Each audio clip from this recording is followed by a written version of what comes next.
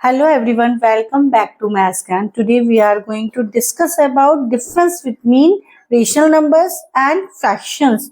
आज की क्लास में हम रेशनल नंबर्स और फ्रैक्शन में क्या डिफरेंस होता है ये जानेंगे.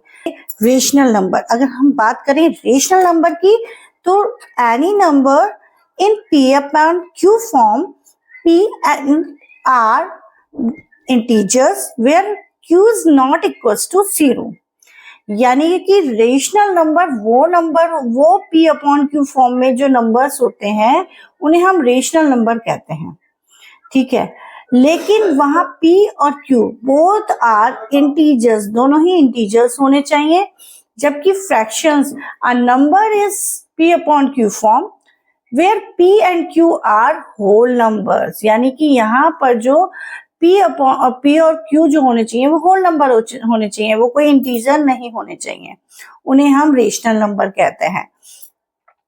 जैसे एग्जाम्पल हम अगर लें,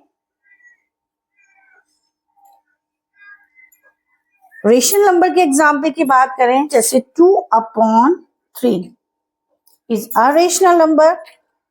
0/5 इज ऑल्सो रेशनल नंबर.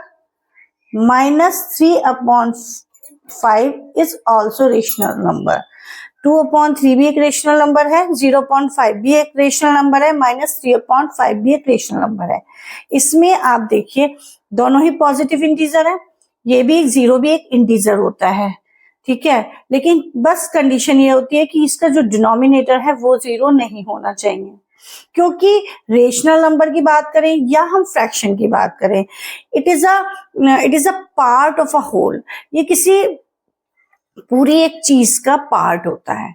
ठीक है, इसीलिए अ पार्ट, जो नंबर ऑफ पार्ट होते हैं, जितने हम किसी चीज के पार्ट करते हैं वो डिनोमिनेटर में आते हैं. नंबर ऑफ पार्ट जब तक हम किसी चीज को के पार्ट्स नहीं करेंगे, रेशनल नंबर या फ्रैक्शन नहीं बन सकते.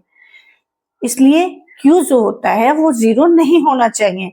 यानी किसी चीज के पार्ट करेंगे तभी एक रेशनल नंबर या कह लेते हैं फ्रैक्शन बनता है. ठीक है, लेकिन अगर हम एग्जाम्पल की बात करें फ्रैक्शंस की, तो इन्होंने कहा कि P अपॉन Q की फॉर्म में होना चाहिए. देखिए 2/3, ठीक है, क्या है 2/3 इज अ फ्रैक्शन ऑल्सो. ये एक फ्रैक्शन भी है. अगर हम 0/5 की बात करें तो ये भी एक फ्रैक्शन है. अगर हम -3/5 की बात करें तो ये एक फ्रैक्शन नहीं है. क्यों नहीं है? क्योंकि हमसे बोला गया कि P और Q दोनों ही होल नंबर होने चाहिए, लेकिन 3 is not a whole number. -3 not a whole number. -3 एक होल नंबर नहीं है. होल नंबर 0 से लेकर जितने भी नेचुरल नंबर्स होते हैं, 0 प्लस नेचुरल नंबर, जितने भी नेचुरल नंबर होते हैं उन्हें हम क्या कहते हैं? होल नंबर कहते हैं. नेचुरल नंबर में अगर हम 0 इंक्लूड कर दें तो होल नंबर बन जाता है. तो ना ही ये 0 है और ना ही ये कोई नेचुरल नंबर है.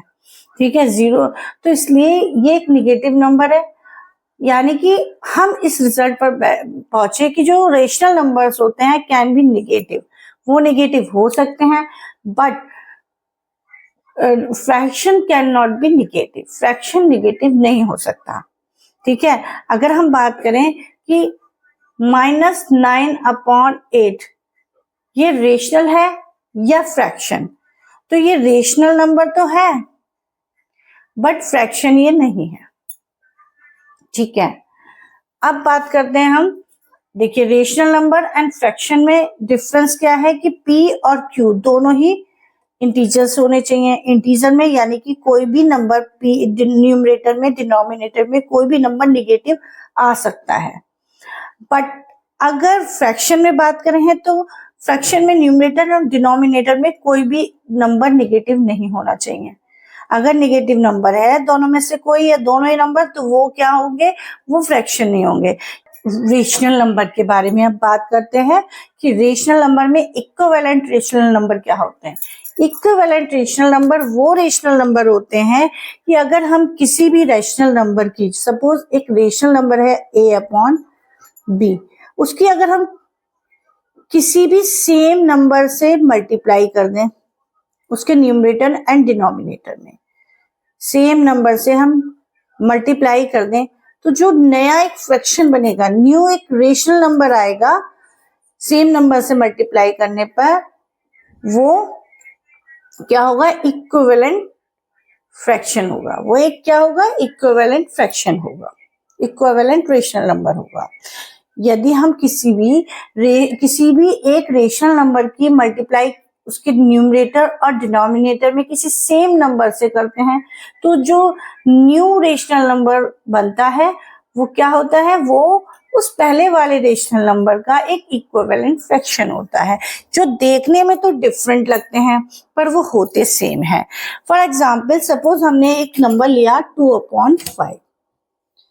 अब हम इसको क्या करते हैं, किसी सेम नंबर से मल्टीप्लाई कर देते हैं। सपोज हमने इसको 2 से मल्टीप्लाई किया या 3 से मल्टीप्लाई किया, 3 से ही हमने ऊपर किया, 3 से ही हमने नीचे किया, तो हमें जो नंबर मिला 3 2 जा 6 और 5 3 जा 15। तो ये जो नया रेशनल नंबर बना वो इस रेशनल नंबर का 2/5 का इक्विवेलेंट रेशनल नंबर होगा।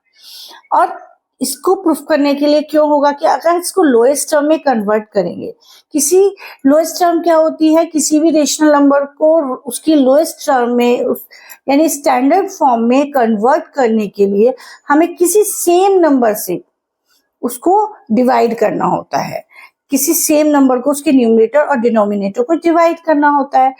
यानी कि यहाँ पर 6 और 15 दोनों किस नंबर के टेबल में आते हैं, दोनों 3 के टेबल में आते हैं। यानी अगर हम 3 से इसको डिवाइड कर दें, अब जो फ्रैक्शन आएगा, रेशनल नंबर आएगा, वो क्या होगा, वो यही नंबर आ जाएगा। तो यानी कि इसको हम स्टैंडर्ड फॉर्म में कन्वर्ट करते हैं तो यही नंबर आ रहा है। तो ये क्या होते हैं, इक्विवेलेंट फ्रैक्शन होते हैं। यानी किसी भी नंबर को अगर या तो सेम नंबर से मल्टीप्लाई कर दें या सेम नंबर से डिवाइड करने पर इक्विवेलेंट रेशनल नंबर मिलता है। जैसे ये A/B है, अब की बार हमने सेम नंबर से डिवाइड कर दिया। सपोज हमने इसको n से डिवाइड किया, तो जो ये नया जो भी नया रेशनल नंबर बनेगा वो क्या होगा, वो एक इक्विवेलेंट रेशनल नंबर होगा। सपोज एग्जाम्पल के में हम 3/2 ले लेते हैं और इसको सेम नंबर से 63/28 ले लेते हैं। इसको हम 7 से डिवाइड करें सेम नंबर से, तो 7 9 जा 63, 7 4 जा 28, तो 9/4 क्या हो गया, ये एक इक्विवेलेंट फ्रैक्शन बन गया 63/28 का।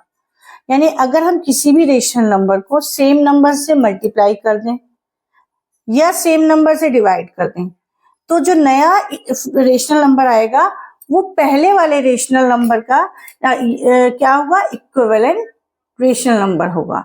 ये जो न्यू जो रेशनल नंबर फॉर्म हुआ है वो इस पहले वाले रेशनल नंबर का ये इक्विवेलेंट रेशनल नंबर होगा। तो आई होप आप लोग को रेशनल नंबर अच्छे से समझ आ गए होंगे। अगर आपको वीडियो हेल्पफुल लगा, पसंद आया, तो मेरे वीडियो को लाइक शेयर सब्सक्राइब जरूर करें। मिलते हैं अपने नेक्स्ट वीडियो में, तब तक के लिए टेक केयर एंड बाय।